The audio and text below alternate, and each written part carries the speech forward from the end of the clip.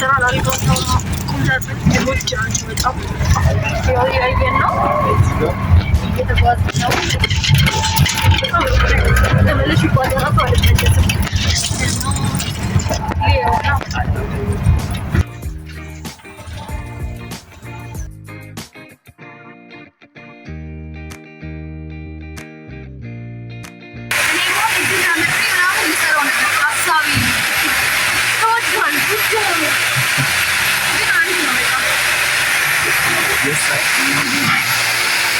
አገኘን እንደው የለፋ የመጨረሻው ማግኘቱ አይቀርም። ደስተኛ የጨረሰው አልጋውን አሁን ኖርማል ብር አግኝተን ከዛ የሆነ ዝም ብሎ ወንበር 65 ሺህ ብር አለ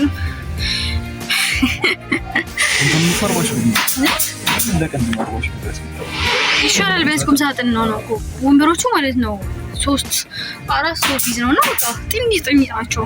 ሶፋ መግዛት ሲቻልኩኝ 65 ሺህ አለ ሲመስለኝ። ፀጉሬን ቀለም ሲያይ ሀብታም በስየው ያኔ ቦርጫም ላሳያችሁ። ቦርጫም የልጅ ሀብታም መስለን ነው። ቁም ሳጥናችን ተጭናለች። ዋው ነገ ደግሞ ልደቴ ነው። ባይዘዌ ባይ ሰባት ልደቴ ነው። በቃ እሱ ብሎግ አለ። አልጋችን እያለቀች ነው። አልጋችን በቃ የተሰራ ነው። እዛ ጋር መጀመሪያ መርጠን ነው የነበረው የፊት ለፊት የሚታየው ነበር ማለት ነው። ከዛ አይሆንም ዋለልኝ ጋር ተጸጸትን። ሌላ ይዘን ልባችን ዋለለ። ብቻ ኑሮ ተወዷል። እንዳየሁት ከሆነ ለሁለት ዕቃ ስንት ብር ማለት ነው የወጣ ነው? ወደ 85,000 በዛ ያለ እንትን ብቻ ያለ ትራንስፖርት ለባጃጅ ለብቻ ነው የምንከፍለው፣ ለዛ ለብቻ ነው የምንከፍለው። እና በቃ ቤት ሄደን ስናስተካክል ምናምን እናሳያችኋለን እናያለን።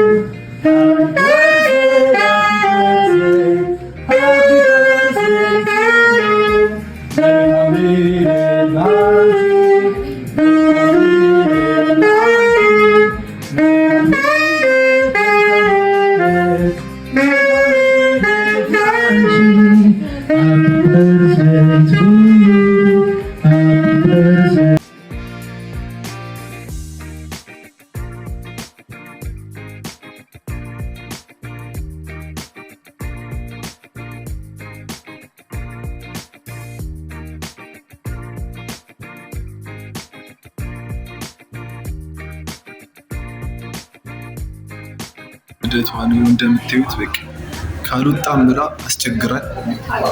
ይኸው ወተናል። የሆነ ሆቴል ገባል እንደምታዩት።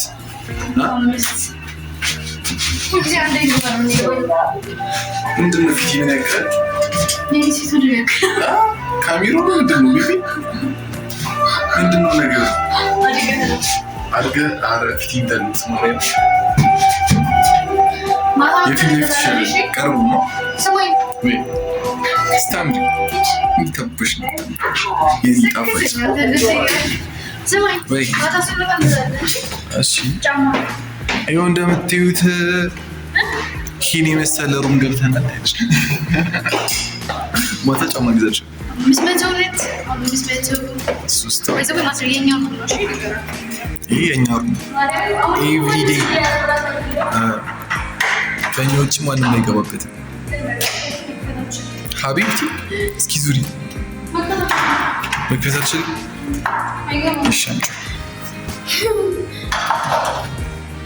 በኃይል ነው እንዴ?